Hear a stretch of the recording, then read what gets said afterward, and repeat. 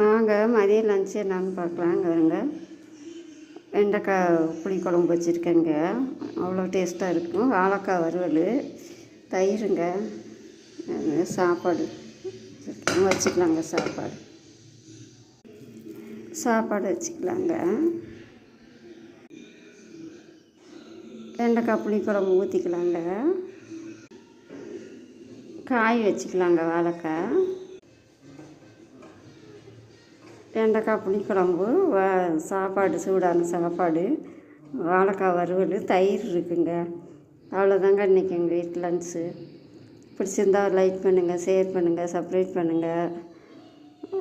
யாருக்கெல்லாம் இந்த மாதிரி புளிக்குழம்பு வெண்டைக்காய் புளிக்குழம்பு சாப்பிட பிடிக்குன்னா கமெண்ட்டில் தமிழில் சொல்லுங்கள்.